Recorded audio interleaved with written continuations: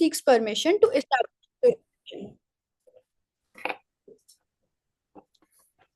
Yes, please proceed. Much obliged, Your Ladyship. Your Ladyship, the applicant submits to this honorable court to entertain the present appeal under Section 62 of Insolvency and Bankruptcy Code 2000, an appeal to be filed in the Supreme Court if any person is aggrieved by any order by the NCLAT, which is exactly the case in the current petition. Your Ladyship, in addition, the factual matrix provides that the notice has been issued by the present appeal by the Supreme Court, and thus the council humbly court. If your ladyship is satisfied with the jurisdiction, the council seeks permission to proceed with the facts of the case. Council, you can skip the facts of the case and get straight to arguments. Much obliged, your ladyship. If your ladyship is well versed with the facts of the case, the council seeks permission to proceed with contentions of first issue, which states whether the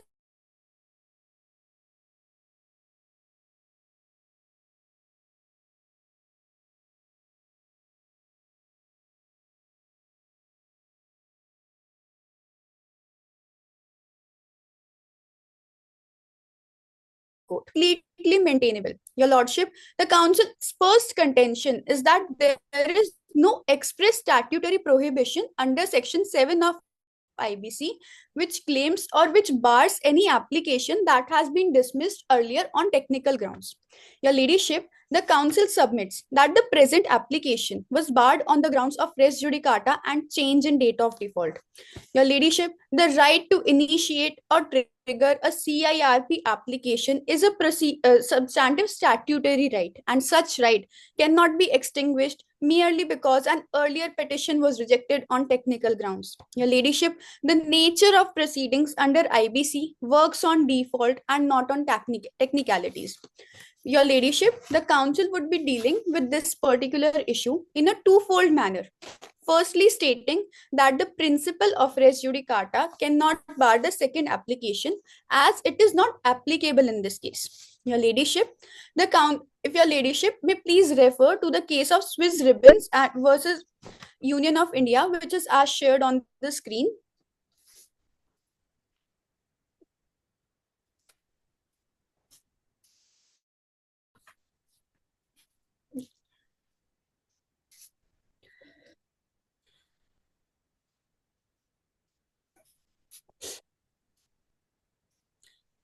Your ladyship, does your ladyship have sight? Yes.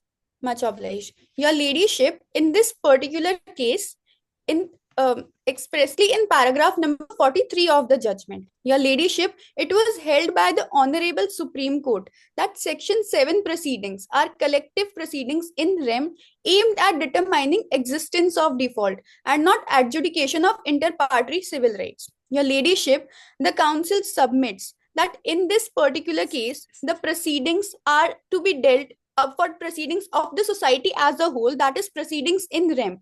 This particular case, the Section 7 application is not in personam and does not attain finality of adjudication as required under Section 11 of the CPC, which deals with res judicata. Your ladyship, thus the council first of all submits that the present application being under proceedings in rem, the res judicata is clearly not applicable in this present case. Moving to second limb, your ladyship, the council submits that adjudication or bar under res judicata is applied when the proceedings are concluded on merit and adjudication between the parties is done on merits of the case, which was, if your ladyship may please refer to paragraph number 2 of the moot memorial, where the case of Shiodan Singh versus Daryao Kuwar is stated. Could you please share that? Sure, certainly, your ladyship.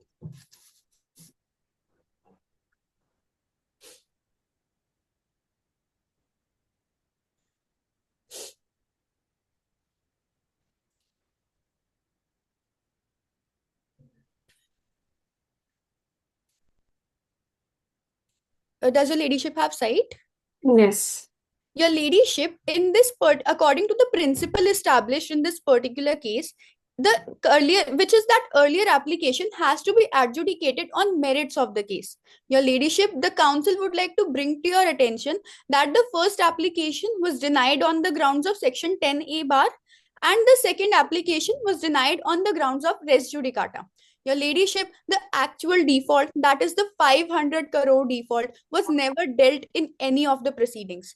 Thus, your ladyship, as also held in this particular point was also upheld in the cases of Ramji Gupta versus Gopi Krishna Agrawal, where it was held that adjudication should be on the merits of the case. Your ladyship, the council reiterates and establishes that in this particular case, the merits were never dealt with. So the applications were simply denied on technical grounds. Moving further, your ladyship, the council humbly contends the first point by stating that section 7 contains no section 7 contains no statutory bar on subsequent filings, and since the default stands continued and acknowledged by the OTS communications, the present filing in this particular case is maintainable and cannot be rejected merely on the grounds of res judicata. Moving to the second limb of my argument, your ladyship, the council submits that the second application must be judged on actual default. Your ladyship, the council submits that section 7 is a default driven mechanism and not proceeding driven. And therefore, the right to approach the court under section 7 travels with the fact of subsisting default. Your ladyship, the council submits that the focus must be on actual default and not on technicalities relating to how the date of default was previously worded. The ladyship, as it was held in the case of Neelkant Township and Construction Private Limited versus Urban Infrastructure Trustees Limited.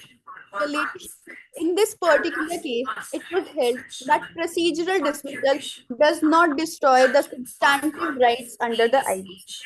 The ladyship, thus the council submits that focus should be on the actual default and not on technicalities. An application merely being dismissed on the basis of a section 10A bar or on res judicata and not which deals with default would render as not permissible in the court of law. Your ladyship, further, the council would like to establish that the present refiling is well within the limitation period. If your ladyship may please refer to the case of Asset Reconstruction Company India Limited versus Tulip Star Hotels Limited, as shared on the screen. Yes. The ladyship, in this particular case, the Supreme Court reiterated that valid acknowledgement before expiry restarts the limitation by 3 years. Your ladyship, such contentions were also upheld in the case of Punjab and Sindh Bank versus Summer Estates and Jignesh Shah versus Union of India.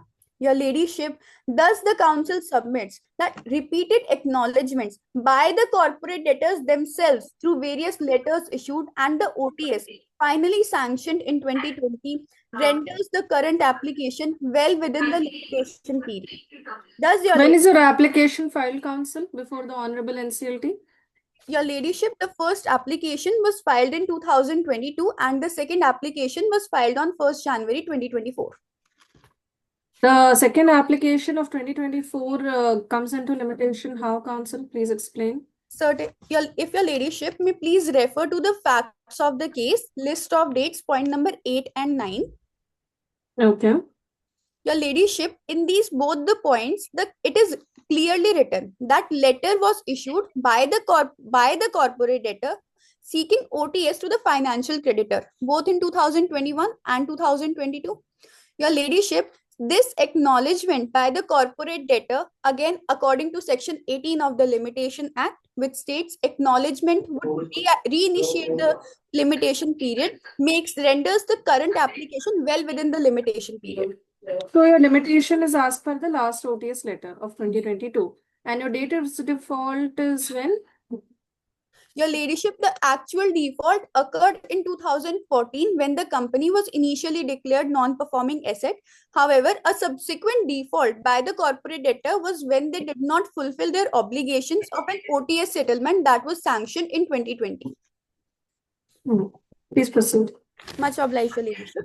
Your Ladyship, the Council humbly submits that where liability stands repeatedly acknowledgement and the second application thus becomes maintainable, the Council reiterates that focus should be on the actual default rather than the date and other technicalities. Hence, the present refiling is legally maintainable.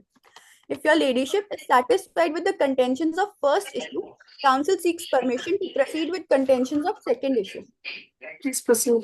Much obliged, your ladyship. Your ladyship, the second issue states whether or not mentioning of date of default is mandatory under applications of IBC. Your ladyship, the council humbly contends and submits that disclosure of date of default is a mandatory procedural requirement as established under Rule 4 of IBC Rules 2016, along with Form 1, which was also issued in the same rules, that is IBC Rules 2016. Your ladyship, the council submits that Form 1 specifically requires mentioning of the amount to be claimed in default and the date on which such default has occurred. However, your ladyship, the council highlights that the same form also requires the computation of days of default. Your ladyship, the council submits that the deliberate use of the plural term, that is days of default, is not accidental in this case. Your ladyship, it reflects the commercial reality that in lending transactions, a default is not a one-day event, rather a continuing state of non-payment which continues until the actual default is completely discharged. Your ladyship, as per the case of Rajendra Narottam Das Seth versus Chandra Prakash Jain, the Supreme Court rightly held that financial creditor must furnish the particulars relating to the debt and date of default. Such contentions were also upheld in the case of BK Educational Services versus Parag Gupta, where it was held that limitation runs from the date of default. Your ladyship, these cases establish and deal with the issue particularly stating that date of default is mandatory in applications under IBC. However, your ladyship, the council brings to your attention and further contends that insisting that the bank must freeze the default into one single date ignores the very purpose of IBC, that is, it should deal with the default. Your ladyship, I will interrupt you, counsel, and ask you a simple question. certain your ladyship. Can the date of default be changed as per your whims and fancies to trouble the corporate debtor? Your ladyship, the council submits that date of default is not one fixed. Your ladyship, the council submits that the date of default can change on the facts and circumstances. If the after your pleadings have already been rejected by the Honorable NCLT and thereafter by the Honorable NCLAT, you come up with a second application amending your date of default, isn't it bettering your pleadings in a way that is harming the corporate debtor? Your ladyship, the council submits that the first application was rejected due to the section 10A bar. Your ladyship, fair enough, counsel. Your application was rejected based on limitation barred by section 10A. That is fair enough. However, the date of default that you have mentioned in your first application, I see, is different from the date of default you have mentioned in your subsequent application. You have bettered your pleadings in light of your second application. How can we allow it in light of justice? your ladyship, the council submits that both the dates of default arise from the same core issue of the actual default, that is the 500 crore default that happened in 2014. Moreover, your ladyship, the council humbly submits that section 10A bar, the council would like to submit the main objective of section 10A bar, which was to protect the companies who faced financial distress during the COVID period. Your ladyship, the council would like to bring to your attention that the corporate debtor was already declared a non-performing asset due to default in payment in 2014. It has already been in losses. It is not something that particularly happened during the COVID period. Thus, your ladyship, section 10A bar is automatically not applied in this particular case. However, due to the technicalities of the date, the application was rejected. Your ladyship, the main issue of the 500 crore default, the main essence of IBC was never dealt in this particular case. Thus, your ladyship, the council submits that the second application is maintainable. Your ladyship, the council seeks extension of time by 2 minutes. If your ladyship may allow. Will not give an extension of time for now, counsel. Your ladyship, the council seeks permission to conclude the contentions of second issue. Yes. Much obliged, your ladyship. Your ladyship, as held in the interpretational principle of J.P. Kenningston case establishes, the council makes it clear that the statutory words must be read contextually and purposefully and not as rigid crystallized text. Your ladyship, applying the principle, the term date of default under Form 1 must be construed to reflect the commercial reality and the remedial nature of the code and not some technical lapses. Therefore, while mentioning of the date of default is mandatory as a matter of procedural disclosure, the ladyship, the same cannot be interpreted in a manner that defeats the substantive justice where default is already continuing. If your ladyship is satisfied with the contentions of issue 2, council seeks permission to call upon the co-counsel to proceed Yes. with much obliged, your ladyship. Yes. Council seeks permission to approach the dais. Please go ahead. Your ladyship, the council seeks permission to proceed with the contentions of issue 3. Yes. Your ladyship, issue 3 states whether or not the date of default changes based on facts and circumstances, or is it to be taken as the date of NPA in all bank matters. Your ladyship, the council humbly submits that a date of default can be changed based upon the facts and circumstances of the particular case. Your ladyship, the same contention will be dealt in a threefold manner. Firstly, being that the date of default may be the NPA date, but it is not necessarily confined to it. Secondly, that this present case, that is the date of default, is correctly taken as the date of 2020 and can be changed all circumstances. Your ladyship, the first application was dismissed only in maintainability under Section 10A, not on the date of default. Hence, your ladyship, Section 10A is inapplicable over here. Your ladyship, it is respectfully submitted that the declaration of an account as NPA may serve as a valid reference point for identifying the date of default. Your ladyship, it is not the sole or immutable date. Ladyship, Section 3, Clause 12 of the Code defines default. Thus, the Code defines default, but not a singular date of default, showing that it was never meant to be fixed to one static point in time. Your ladyship, I would like you to please refer to the case of Lakshmi Pad Surana versus Union Bank of India, where the Honorable Supreme Court held that Section 7 consciously uses the word default and not the date of default. Your ladyship, the court further clarified that NPA can be reckoned as the date of default to enable the financial creditor to initiate action under Section 7 of this particular code.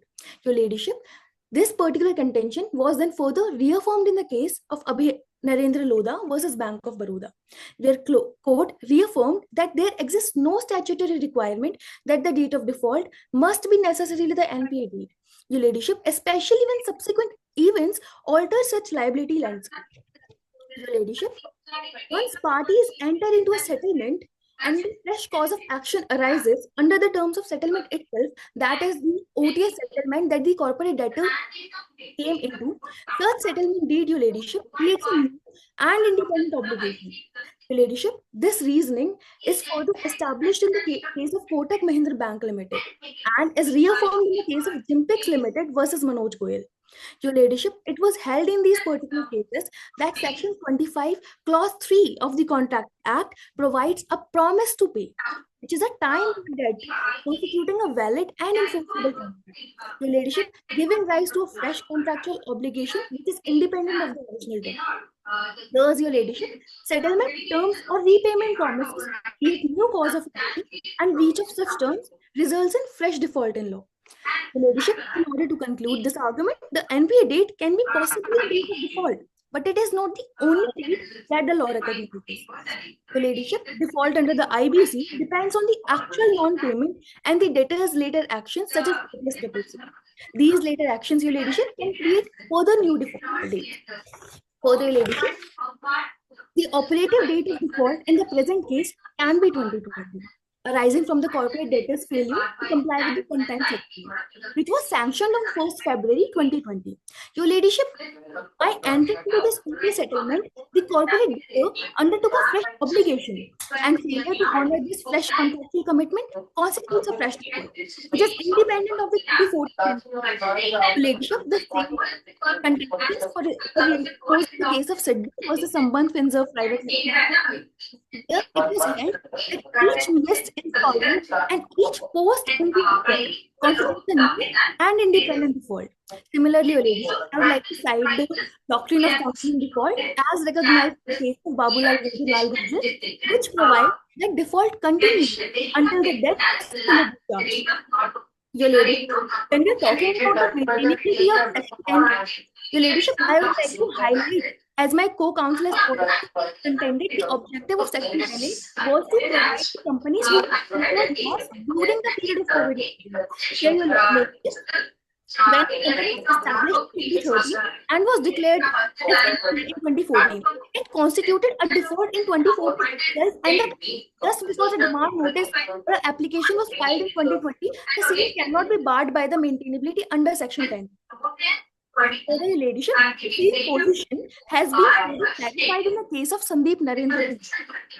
Here, the court held that corporate shelter under Section 10A because a demand notice was issued in the period, that is during the period of COVID-19, and the defaults occurring prior to 25 March 2020 can be taken under the same. Your Ladyship, the energy sector in which the corporate debt operates was recognized as an essential service during the COVID-19 period. Your Ladyship, therefore, the debtor cannot take shelter under Section 10A to evade the liability under the same. Your Ladyship, if you are well versed with the intentions of issue 3, counsel now seeks permission to proceed with Yes, issue 4. please proceed. Indeed. Your Ladyship, issue 4 provides whether or not a case can be admitted if the default has occurred and the application is within limitation despite an error in the date of default. Your Ladyship, is humbly submitted that application is maintainable once default and limitations are established. Your Ladyship, a minor or inadvertent error in mentioning of date of default cannot defeat the substantive right of the financial creditor to initiate a corporate insolvency resolution process. Your Ladyship, what is a beneficial and a remedial legislation which is intended to limit the survival of such. Your Ladyship, the corporate debtor here has been insolvent to default from 2015 to 2020, and OTA's acknowledgement constitutes a valid acknowledgement under Section 18 of the Limitation Act. Your Ladyship, it is restarting a fresh period of limitation. Hence, Your Ladyship, the present application that has been filed before this court of law is within limitation. Counsel, I will ask you one question. Your first Section 7 application was filed while it was barred by Section 10A. Despite knowing the legislation, you filed a CIRP application against the corporate debtor. That was rejected, so you went into appeal. Your appeal again was rejected, and then you filed a fresh Section 7, citing a different date of default. I will reiterate my question, bettering your pleadings in a way. How can you be allowed to move against the same application by bettering your pleading simply by changing the date of default and approaching the tribunals again, getting rejected by the NCLAT and then approaching the bench in Supreme Court? Your Ladyship, in order to answer your question, the counsel would like to reaffirm and reiterate that firstly, the Section 10 application was never barred under the IBC proceedings. That is, the objective of Section 10A is to bar the application that arose. No, my concern here is your date of defaults has been changed from your first application to your second application. Your date of default initially was your OTS letter in your first application, if I'm not mistaken. And thereafter, it was your NPA date in the second subsequent application. Your Ladyship, to answer your question, if you please refer to the proposition, point number 6. Here it is mentioned that OTS was sanctioned by the Point number? Point number 6, Your Ladyship. Point number 6. Yes, in the list of events. Your Ladyship, here it is clearly mentioned that OTS was sanctioned by the financial creditor in favor of the corporate debtor for repayment of the entire liability amount agreed. That is, that application was sent on 1st February 2020. Your Ladyship, the first application was filed On the basis of this OTS settlement, that is another cause of action arise into the in the continuing default. Hence, your ladyship, both these cause of actions are different. That is, the first cause of action arises when a OTS settlement was breached by the corporate debtor, and the second one is based on the actual default that the corporate debtor defaulted in 2014. Yes. If your ladyship Limitation is saved.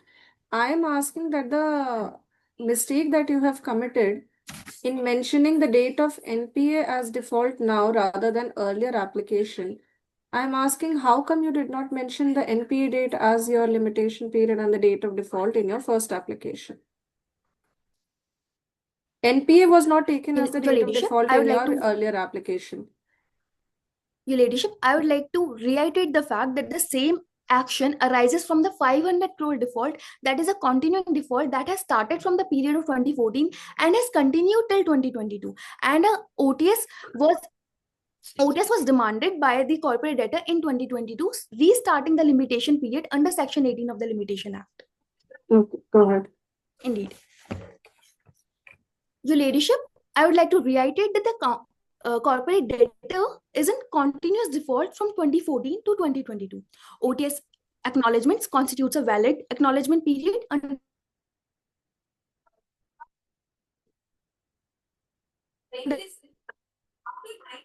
Section 18. Your ladyship, if you plead case of Dana Bank, which sheet amounts to acknowledgement of debt and extends limitation. Your ladyship, I would like to reiterate the case of Asset Reconstruction Company, where the court affirmed that the Section 18 applies fully to IBC proceedings. Your ladyship, the same contentions were then reaffirmed in the cases of Lakshmipad Surana and Rajendra Narotam Dasi. Further, your ladyship, an error in the stated default date is procedural. It's not substantive. The Honorable Supreme Court, in the landmark case of Innovative Industries, held that the existence of default is the sole criteria for admission of Section 7 petition. Your ladyship, rejecting the application due to mere clerical error in the date of default would violate the constitutions under Article 14 and the objective of IBC as stated in its preamble. Your ladyship, denying the admission due to a technical error in date would subvert justice and reward the corporate debtors' continued non-payment, contrary to the spirit of law. If your ladyship are satisfied with both the contention, the council now seeks permission to proceed with the prayer. Yes.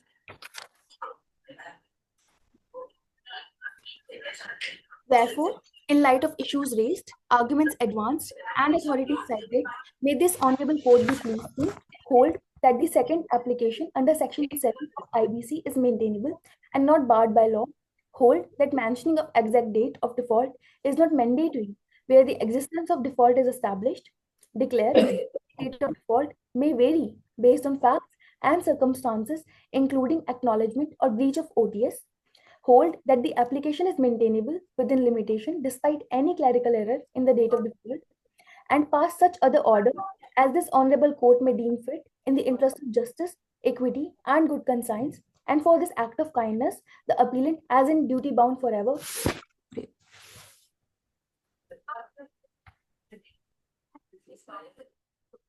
Yes, we'll proceed. Courtmaster, Readings of the will date you of proceed the. with No, apologies. Yes, Your Lordship, we can proceed. The reading of the date of the bench and to my fellow counsels. I am speaker number 1 for the respondent, that is XYZ Limited. Yes, counsel. Permission to refer to the bench as your leadership. Yes. Your leadership, if the bench is well versed with the facts of the case, we can move Yes, forward please with go issue ahead. number 1 directly. Your leadership, the first issue that we have today is whether or not a second application under Section 7 is barred by law. Your leadership, the point of question over here is about judicial finality. It's about res judicata. Is Section 7 barred or not barred? Your leadership, as per the council, the primary purposes of res judicata in IBC proceeding would be 1, to prevent harassment of corporate debtors through repetitive filings, and 2nd, to uphold the finality of adjudications by the NCLT and NCLAT. Your leadership, the basic structure, or we can say the intention of the framework was simply with respect to the IBC that the corporate debtors should not get tortured, should not get harassed by the financial creditors. The creditors, upon their own whims and fancies, could not just bring upon any case at any time. In a case in ABEX Singapore Private Limited versus Committee of Creditors of Educom Solutions Limited, I would request your ladyship to look at that case. The Supreme Court held that once an adjudication under the IBC attains finality, it cannot be reopened. Your ladyship, the rationale behind it is very simple. If you keep on reopening case, you'll be wasting judicial time. And in a country like us, judicial time is a pretty precious time. Similarly, in a different case, Vikas Dahiya versus Arrow Engineering Limited, it was subsequently held that your ladyship, my researcher has not been able to share the compendium with the, probably not able to share the screen. If we could get the permission to share the screen. Yes, Court Master. Permission is already given. He can share the screen. No worries. We'll not waste we'll not waste the precious time of the judicial system. We'll go ahead with this thing. Your ladyship, in a different case of Vikas Dahiya versus Arrow Engineering, as I was saying, it was held subsequently the Section 7 application has to be based on the same debt, same default, and the same facts. And if it is everything is same, Counsel, it gets have barred by the you res judicata. cited this section in your memorial? Have you cited this case law in your memorial? Your ladyship, the Vikas Dahiya case law? Yes. Yes, indeed, your ladyship. It's I believe on paragraph number 4 of version number 1. Paragraph number 4. Which page number would that be? That would be Arabic page number 1. Page number 1 of your memorial. Indeed. Wouldn't that be the cover page, Counsel? Not Roman number 1, Arabic number 1. That would be page number 12 of the PDF then. I see. Yes, please proceed. Much obliged, your ladyship. The NCLT and the NCLAT, after due consideration, dismissed this case simply due to the doctrine of res judicata. Your ladyship, it is very important that a precedent is not set which leads such financial creditors or operation creditors, as a matter of fact, as well, to go for either forum shopping or go for multiplicity of proceedings as well. Corporate debtors are supposed to be protected from perpetual uncertainty.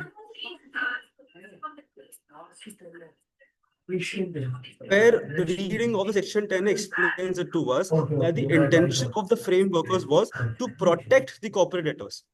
During the time of COVID-19, a lot of companies were gone into NPA. A lot of business entities were facing a lot of issues, and it was to safeguard their interest. If today, your ladyship, the financial creditors come again and tweak the date a bit on some letter and state that they have to file a fresh case, it will be against the whole intention of the frameworkers when they brought in 10A. Your ladyship, the claim that Section 10 is barring is just is substantive or not mandatory in nature is completely wrong.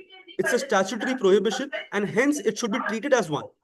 Extinguishing this right to initiate insolvency for defaults within its period is an important fact as well. The ladyship, nowhere in the code is it permitted to refile successive applications, nor there has been any case where such successive applications have been filed while just changing a single date. Not a single case or edition. As a matter of fact, it is also very important to understand what would be the effect of this. What effect will it have on the judiciary system? What effect will it have to all those corporate debtors that were going through the difficult time during COVID? Your ladyship, as a matter of fact, the applicants, the applicants, they have not even completed all their legal remedies. They still have an option of coming back to us, going for the one-time settlement that we had offered. Give us time. Go for a settlement option. But that has not been taken by them as well. Directly filing a corporate, a CIRB process, it is a strike on the backbone of the economy of the whole company. Until when was the last OTS that was sanctioned?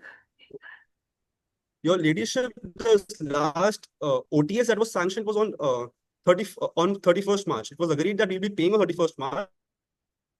Which year, Counsel? 31st March of? My apologies, I couldn't hear you. Which year, Council? Last OTS letter issued by the corporate debtor to the financial creditor was of what year?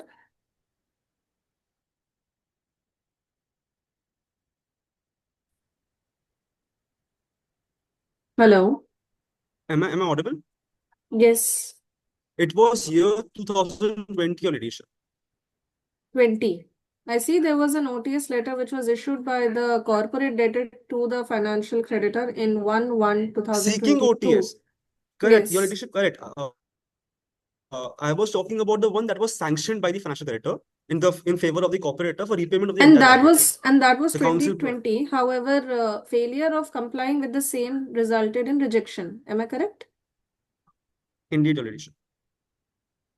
So you have issued Which was multiple issued by- OTS letters, which I see starting from Indeed. the year of 2017, going up until 2020, which later on was due to non-fulfillment of payment obligation was cancelled. So you have shown a repeated trend of not complying. How would the financial creditor have any faith in your compliance with the OTS letters? Your Ladyship, to answer that question, I would beg to look at it from different point of view. We have successfully tried to give the amount back, and it is our intention, a bona fide intention, to repay the amount. Council, we you are have failed aware at certain Section times. 10A is starting from what date and applicable up until what date? Are you aware? It starts from 25th March 2020 for a period of 6 months, or such further period as written in Section 10A. And it was Exceeding 1 year extended from up that until which year? What Up date? until it was extended for 1 year. Yes. So now from the period of 25th March 2020 up until 25th March 2021, I understand your inability to pay back. However, your earliest OTS letters can be dated back up until 2017, 1st January 2017. So in between that period of 3.5 years or some 3 odd years, I will ask you, what bona fide have you shown that the financial creditor should entertain your OTS letters, Council? Your Ladyship, during that period, the company was going through certain difficult period. 500 crores is not a small amount to repay. And giving those OTSs time and again, which goes up till, as your Ladyship correctly mentioned, goes up till 2022 as well, to 21, my apologies, as well. It shows a bona fide. Indeed, in the first initial 3 years, and indeed, it is also it's a fact that during the COVID-19 period as well, we failed to pay. And that is not even our contention. We completely agree Council, with you it. failed to pay. You failed to pay well before the COVID period. Your NPA date is 2014. Indeed, Your Ladyship. That is true, 100%. But as a matter of fact, we are still trying. Our whole argument is based upon the fact that only basically two things, Your Ladyship. One, that we are not running away with the money. We want to repay the money, and that is what we have shown multiple times. Indeed, in the initial years, we did not pay. That is a fact in the end, but it is not because our directors or our promoters are running away with the money. It is simply because we have not been able to repay the money. Even during It's COVID-19, the 500 same thing crores happened. of public money, Council. 500 crores Indeed, of Your public Ladyship. money. This is a public sector bank and it's a 500 crore default of public money. And I will ask you this question. What bona fide have you shown if your OTS letters were rejected for non-fulfillment? Your Ladyship, the bona fide that we have shown has simply been giving from our end one last OTS stating that, okay, we can pay the amount. But Your Ladyship, even if And no that was bona in the fide, year 2022, Council. Indeed, Your Ladyship, but Ladyship, just to put one point forward, let's say that we have not even shown any bona fide. Let's say that we haven't repaid the amount, and let's say the financial creditor should not even have any trust in us. But still, Your Ladyship, the moot point, the point that we have today, it does not get answered. Your Ladyship, the contention is, do they have the right to file a successive application or not? Your Ladyship, the law of limitation does not look at if one showed bona fide or not. It looks at only one thing, and that is simply, was it done in the specific time period or not? Please proceed. With much obliged, Your Ladyship. Your Ladyship, if we have, if the council is satisfied with issue number 1, we may move forward to issue number 2. Yes. Which is regarding whether or not mentioning dates of default is mandatory in application under IBC or not. Your Ladyship, it was the argument of the applicant side as well about it being dates and not date of default. just to put it forward, your ladyship, the respondent submits that mentioning this date is a substantive statutory requirement and it is not a mere formality. Had it been not mere formality, they would have mentioned it's not mandatory. They have not mentioned anywhere. It is a proper statutory requirement and ladyship, what is the reason behind it? The reason is giving effect to the Limitation Act, respecting the Limitation Act, and determining applicability as well, be it under the Section 10A moratorium, or be it even Section 4, where you have said 1 crore threshold is there. Your ladyship, let's tweak it a bit. Let's go to Section number 4. If we talk about Section number 4, we'll understand that a rupees 1 crore threshold is given, stating that if any amount is below that, it should not come to NCLT. What if tomorrow someone gets up and says it's a 99 lakh rupees matter, we'll take it to NCLT? We cannot do that, your ladyship. We have to look at the law is not something that can be bended so easily. I understand interpretation of law is one thing, but understanding the intention of law, the intention of law frameworkers, the ones who have written, is also very important. Once a creditor specifies a particular date of default in form number 1, that date becomes foundational, and that should not be altered. Altering that means evading limitation on edition. This has been written in case laws, be it the BK Education Service case law, be it G. Eswara Rao versus Stress Assets Civilization Fund, and another case law. Could you share the relevant portion? Your ladyship, my researcher is actually trying to share, but I believe he's not been able to do it. I'd request speaker number 2 if you can share it. Yes, in the meanwhile, you can proceed. Much of your ladyship. Sorry, Your Lordship, to interrupt.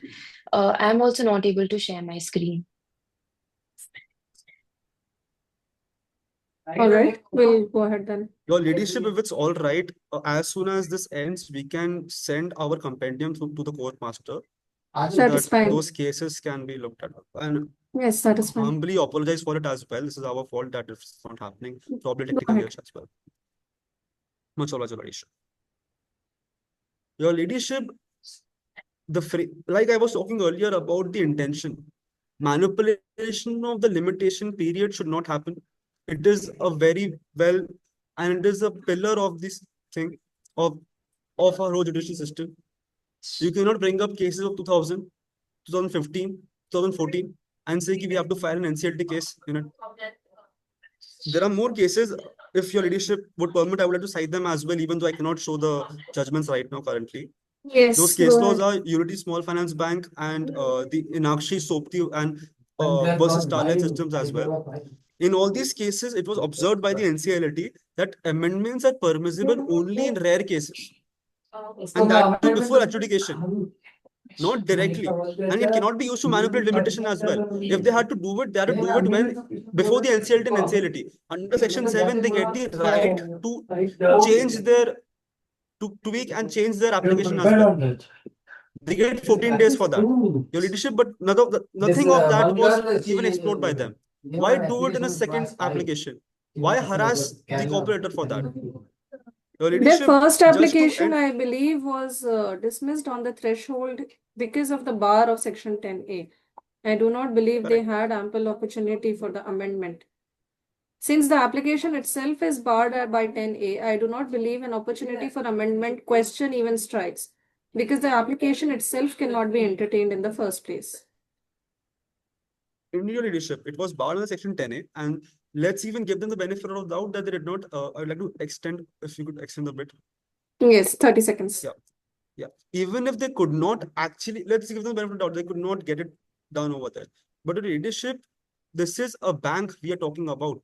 This type of mistakes should not get so easily be thrown away. And this is not a mistake, your leadership. This is the fact is, when was the OT signed? When was the default? When was the default occurring? It was right before COVID-19, and the leadership, hence Section 10A moratorium still stays. Showing and going ahead to the court and stating that Section 10 and when it was barred and when it was dismissed as Section 10A, even if they could not raise it at that point, the fact of the matter is, leadership, they cannot even raise it today, be it for any date. The date they're going ahead with today, right now, currently is also not applicable simply because it gets barred by limitation. To conclude, leadership, both the issues that I had taken up right now, our simple point rests simply on the intention of the legislature. Why was the law made? And second, the effect it will have if a bad precedent is set. If a precedent like this is set, it will mean and will render all those infructuous cases fructuous. And all those cases will come back. And it will be a bigger burden on the judiciary. And just not the judiciary, but also on the corporate debtors, who are by itself going through hard time, through a period of hardship, would have to now get up and start giving back that amount. If your leadership is satisfied with both the issues, the council had to call upon the council for issue number 3 and issue number 4. Yes, you can go ahead. Much obliged. The council seeks permission to approach the dais. Please. Greetings to the bench. The co-counsel will be dealing with the last two issues at hand and will be taking up 15 minutes of this honorable court's time. Yes. The court at first would be dealing with the third issue at hand, which is whether or not the date of default changes based on facts and circumstances, or is it to be taken as the date of NPA in all bank matters. Your ladyship, it is respectfully submitted that the date of default cannot be altered, adjusted, or reinterpreted to suit the convenience of the creditor. Once a Section 7 petition is adjudicated based on a particular default date, the financial creditor cannot later shift the default, re-argue the cause, or revive a barred claim under the pretext of factual flexibility. The appellant is attempting precisely this to reopen a concluded cause of action by artificially shifting the date of default. Your ladyship, the first Section 7 petition filed by the appellant was heard on merits, dismissed by the NCLT, affirmed by the Honorable NCLAT, and thereby attained finality. Three binding principles apply. Firstly, Section 11 CPC, which says res judicata, that is, a matter once adjudicated cannot be reopened between the same parties on the same cause of action. Second, this honorable court has held that res judicata applies even to proceedings outside the CPC to ensure judicial finality. And lastly, the honorable court has also held that IBC is a time-bound and closed mechanism, and once proceedings have attained finality, they cannot be resurrected. This was held in the case of Ibix Singapore Private Limited versus Committee of Creditors of Educomp Solutions. Thus, your ladyship, the appellant cannot reopen a closed default by shifting dates on their whims and fancies. Your ladyship, further, Section 10A, which was introduced by the IBC Amendment 2020, is clear, which says that no application shall ever be filed for defaults occurring between 25th March 2020 to 25th March 2021. The bar is absolute and permanent. This was settled in Ramesh Kaimal versus Siemens Gamesa, where the Supreme Court held that the defaults during the Section 10A period are completely immunized. In the present case, the first petition was dismissed because the appellant pleaded a default in May 2020, squarely within the 10A moratorium. The appellant cannot now shift the date of default to circumvent the statutory bar. Such conduct is precisely what Inakshi Sobti versus Starlight System condemns, that the default date cannot be rewritten to evade Section 10A. Therefore, the appellant's attempt to recharacterize the default constitutes manipulation and not flexibility.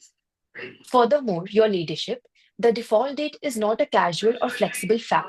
It determines jurisdiction under Section 7, limitation under Article 137 of the Limitation Act, applicability of Section 10A, threshold under Section 4, which is the amount ₹1 crore, and maintainability under Section 7.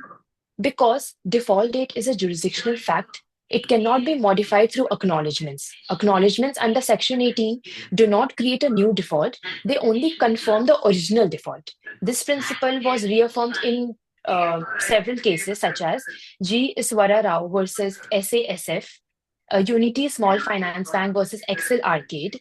Both these cases held that acknowledgement does not reset or replace the default date pleaded in Form 1, which has to be filed when the petitioner is filing Section 7 application. Thus, the appellant's argument that each OTS creates a fresh default is legally untenable. Therefore, your lordship, it is humbly submitted that the default date is fixed and not fluid. A second Section 7 petition based on the same debt and default is barred by res judicata, Section 10A, and settled jurisprudence. If your ladyship has no further questions, the council seeks permission to move to the next issue at hand. Yes, please go ahead. The council would now be much obliged, your ladyship. The council now would be dealing with the last issue at hand, which is whether or not a case can be admitted if the default has occurred and the application is within limitation, despite an error in the date of default. Your ladyship, it is respectfully submitted that an incorrect default date in Form 1 is a substantive defect and not a clerical irregularity. Section 7, read with Rule 4 of the IBC Rules 2016 mandate that the exact date of default to be pleaded. This requirement is jurisdictional and not cosmetic. Specifying the exact date of default is essential to, firstly, ascertain limitation, determine threshold, and lastly, to confirm jurisdiction.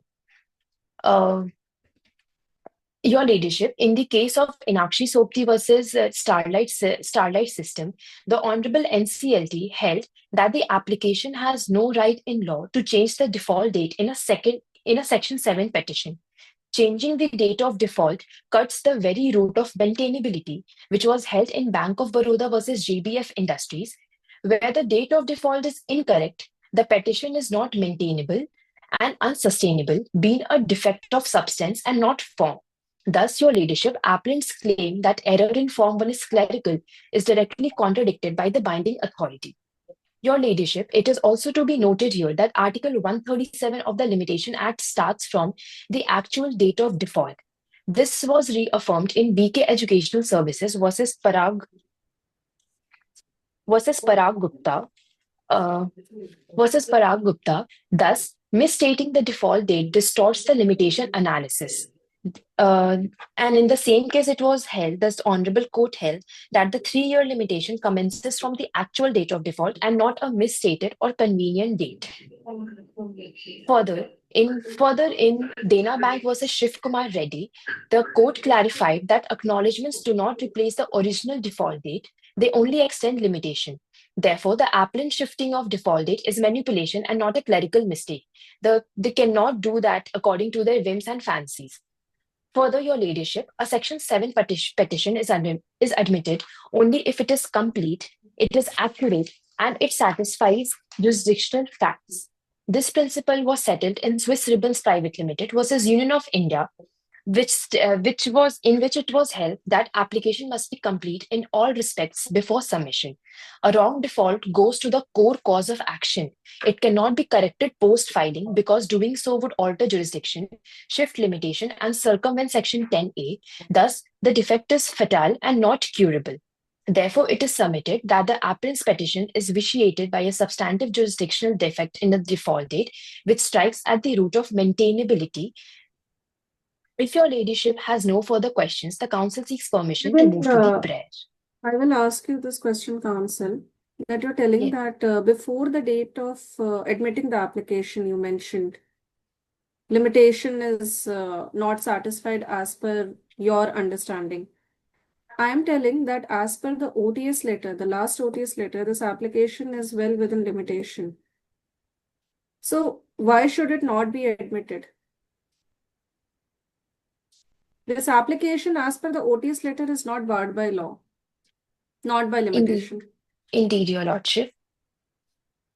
Your ladyship, your ladyship, Article 137 of the Limitation Act starts from the actual date of default. I would like to reaffirm.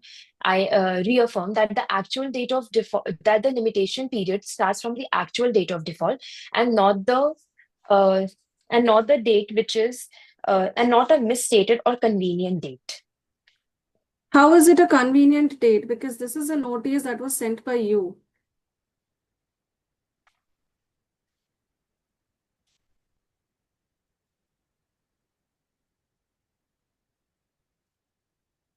Besides keeping in track that this is a 500 crore debt and it is public money in question, I believe that they have a right to take up the date of convenience as per your own words as a limitation. Up until a matter is reserved for order, the petitioners or the financial creditors have the right to appeal to the bench have a right to amend their pleadings, have a right to admit any documents. Any documents may be received also. It is on the discretion of the Honorable Tribunal whether or not it is allowed, but they have a right to ask for it. Indeed, Your Ladyship. The appellant filed a Section 7 petition, first Section 7 petition, Yes, on February 2022, mentioning the yes, date of default as 1st May 2020. And the yes, NCLT dismissed the application, holding it barred by Section 10A. The same was upheld by the NCLAT. And thereafter, the appellant filed a second Section 7 application before the NCLT on January 2024, stating the date of default as April 2014, which was the NPA date, relying on the earlier OTS correspondence and acknowledgements to establish the continuity of default. And yes. uh, this application was also dismissed by the Honorable NCLT because it was barred by res judicata, and the financial creditor could not alter the date of default to circumvent the bar under Section 10A. So, Your Ladyship, the appellant changed the date of default according to their convenience in the first petition and in the second petition. But however, the limitation period starts from the actual date of default and not the uh, misstated or the clerical mistaken date. Date of default can be continuing also, since the default is continuing. Cause of action can be of a continuing nature. Cause of action has continued till 2022 because of the OTS letter that you sent to the financial creditor. Indeed, Your Ladyship. So the question of limitation does not arise, I believe, as per the last OTS letter of 2022. That is my first question. So you have not satisfied me on that point. Apologies, Your Ladyship. Um,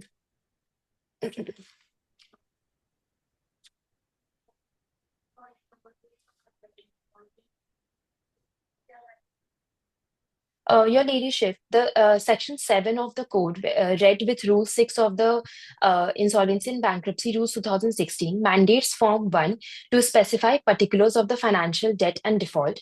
It is essential to explicitly specify the date of default in Form 1 for verifying debt and limitation.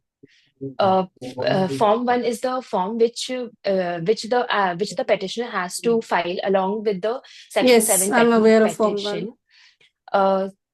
And in Form 1, we have to explicitly specify the date of default for verifying debt and limitation.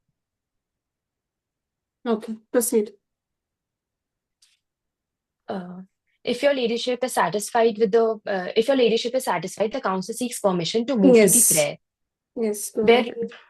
Wherefore, it is humbly prayed before this honorable court that in the lights of the facts and circumstances of the cases, issues raised, arguments advanced, and authorities cited, may this honorable court be pleased to hold that the second application under Section 7 is barred by law, declared that the mentioning of date of default is mandatory in application under IBC, declared that the date of default does not changes based on facts and circumstances, and it is to be taken as the date of NPA in all bank matters, hold that a case cannot be admitted if the default has occurred and application is within limitation despite an error in the date of default, and pass any other order, direction, or relief that it may deem fit in furtherance of justice, equity, and good conscience. For this act of kindness, the respondent shall forever humbly pray. Yes. Do we have any rebuttals, Court Master?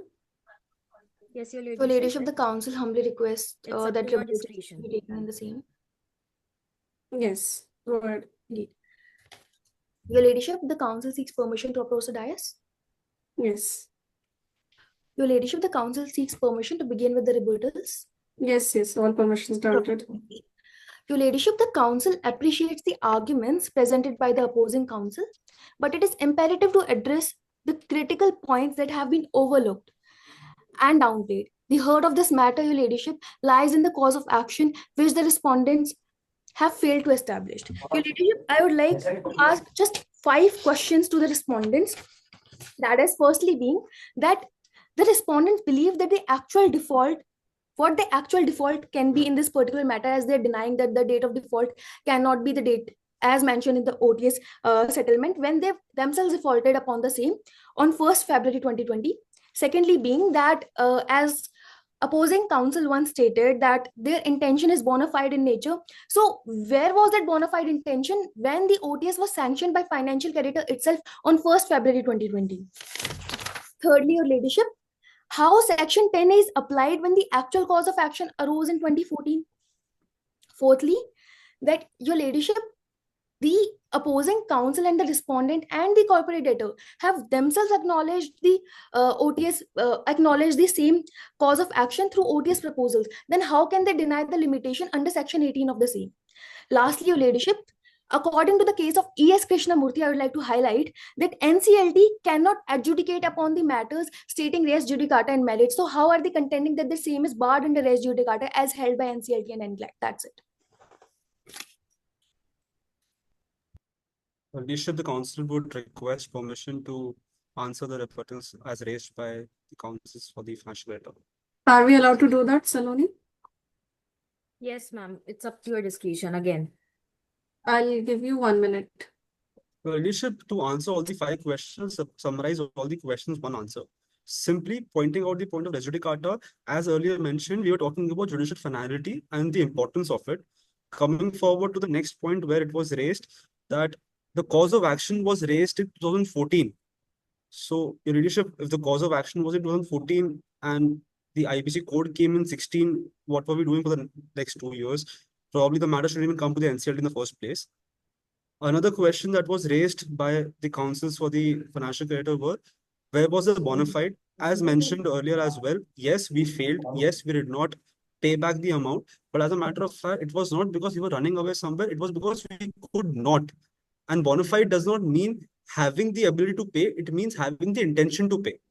It can be seen with various letters that we have sent that we always have had the intention to repay the amount.